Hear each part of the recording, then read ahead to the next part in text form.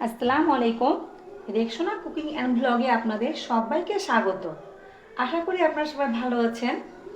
আজকে আমি চলে এসেছি একটি পাউরুটির রেসিপি বা ডেজার্ট নিয়ে। আজকে আমি বানাবো বা তৈরি করব পাউরুটির মালাই রোল বা ব্রেড মালাই রোল।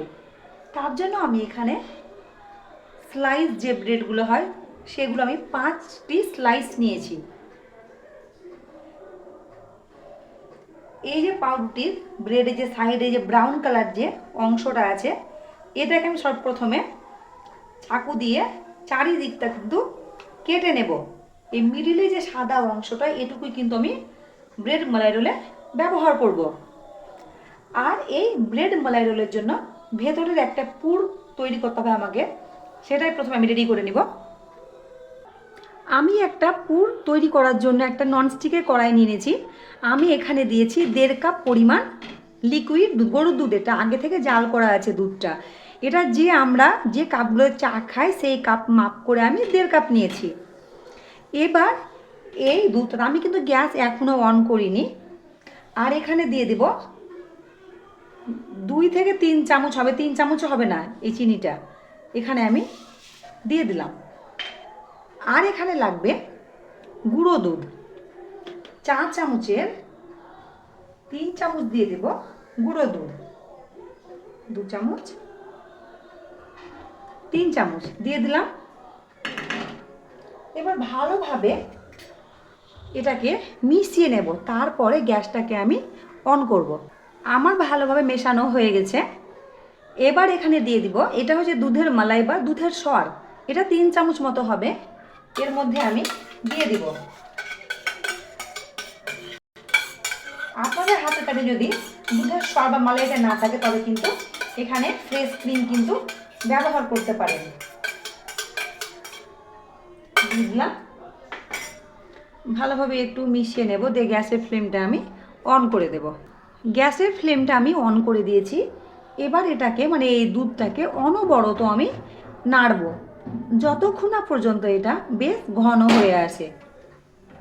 খুব বেশিক্ষণ একটা সময় লাগবে না, 4 থেকে 5 মিনিট লাগবে। দেখে আপনারা নিশ্চয় বুঝতে পারছেন কতটা আমি ঘন করেছি। এটা কিন্তু ঠান্ডা হওয়ার পরে আরও বেশ কিন্তু ঘন হয়ে যাবে। তো আমি এইমাত্র আমি কিন্তু গ্যাসের ফ্লেমটা অফ করে দেব।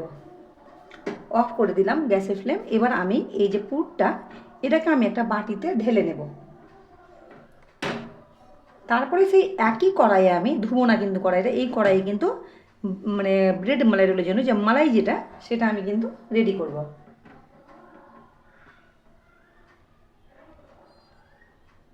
এই দেখুন আমি একটা বাটিতে ঢেলে নিয়েছি। আর সেই একই কড়াইয়ে আমি দিয়ে দিয়েছি 1.5 গ্লাস দুধ। তবে 1.5 গ্লাস দুধের মধ্যে আমি এখানে 2 থেকে 3 চামচ দুধ আমি তুলে নিয়েছি। এই দুধটাতে আমি 2 চামচ কাস্টার্ড পাউডার আমি মেশাবো, দিয়ে এই দুধের মধ্যে দিয়ে দেব। তাহলে খুব তাড়াতাড়ি ঘন হয়ে যাবে এবং ফ্লেভারটাও কিন্তু ভীষণ ভালো আসবে। এই দেখুন,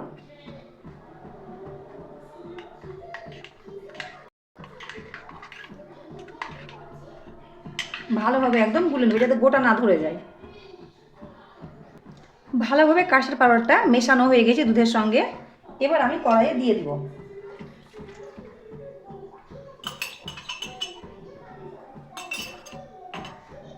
আর এখানে নিয়েছি আমি 2 চামচ মতো চিনি। যে যেমন মিষ্টি খেতে পছন্দ করে সেই হিসেবে আপনারা কিন্তু অবশ্যই দেবেন। আর এখানে নিয়েছি আমি 5-6টা আমন্ড কুচি করে কেটে নিয়েছি, এর মধ্যে দিয়ে দিলাম।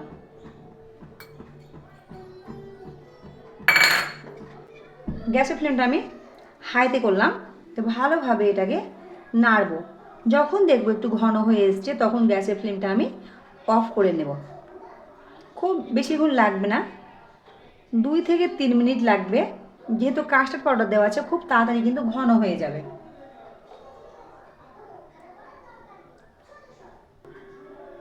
আর এখানে আমি দিয়ে দিলাম 1 চিমটি মতো এলাচের গুঁড়ো। এটা অপশনাল, আপনারা চাইলে দিতেও পারেন আবার নাও পারেন, কিন্তু ফ্লেভারটা ভীষণ ভালো আসবে এলাচের গুঁড়োটা দেওয়ার জন্য। দেখে আপনারা বুঝতে পারছেন কত তাড়াতাড়ি কিন্তু এটা ঘন হয়ে গেল কাস্টার্ড পাউডারটা দেওয়ার জন্য। এই দেখুন ঘনত্বটা। এবার আমি গ্যাসের ফ্লেমটা আমি অফ করে দেবো, দিয়ে এটাকে ঠান্ডা করে নেব।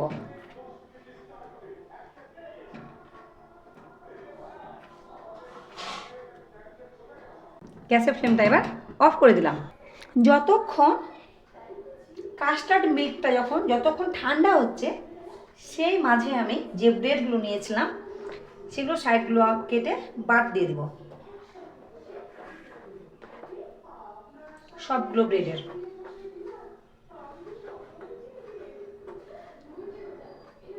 এটা কিন্তু ফেলে দেব না, এই যে ব্রাউন অংশটা, এটা দিয়ে কিন্তু ব্রেড ক্রাম্বস কিন্তু তৈরি করা হবে।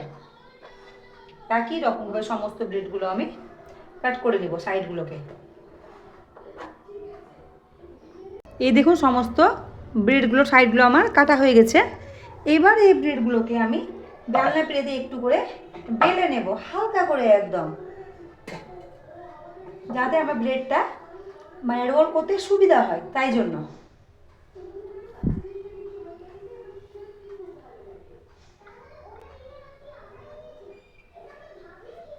এরকম ভাবে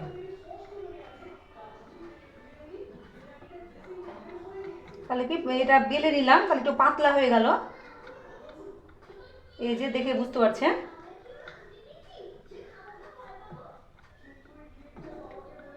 একই রকম ভাবে আমি সবগুলো ব্রেডকে বেলে নেব।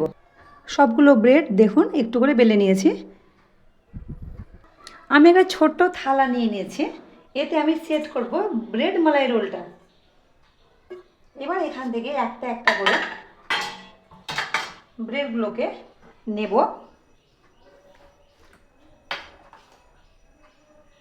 যে মালাইটা রেডি করেছিলাম আমি,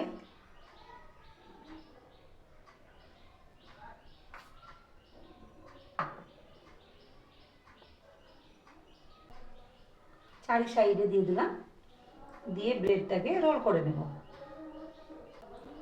এইভাবে। এইভাবে প্রত্যেকটা করে নেব।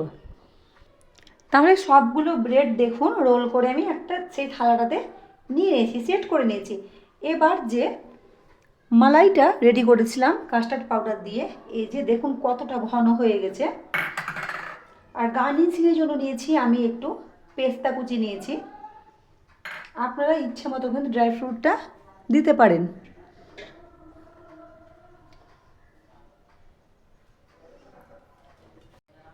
ভালোভাবে এটাকে আমি ব্রেডের উপরে ঢেলে দেব।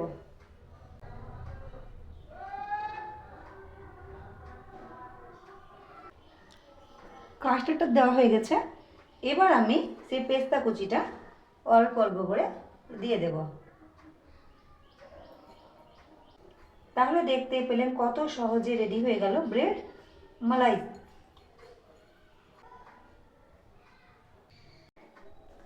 তাহলে দেখতে পাচ্ছেন কত সহজে রেডি হয়ে গেল ব্রেড মালাই রোল। দেখতে কতটা সুন্দর হয়েছে দেখুন, খেতেও কিন্তু ভীষণ টেস্টি। তাহলে আজকে আমার এই ভিডিও আপনাদের কেমন লাগলো অবশ্যই জানাবেন। যদি আমার এই ভিডিওটি ভালো লাগে আজকে, তাহলে অবশ্যই আমার চ্যানেলটিকে সাবস্ক্রাইব করে পাশে থাকবেন। আবার দেখা হবে, কথা হবে পরের ভিডিওতে। সবাই ভালো থাকবেন, সুস্থ থাকবেন।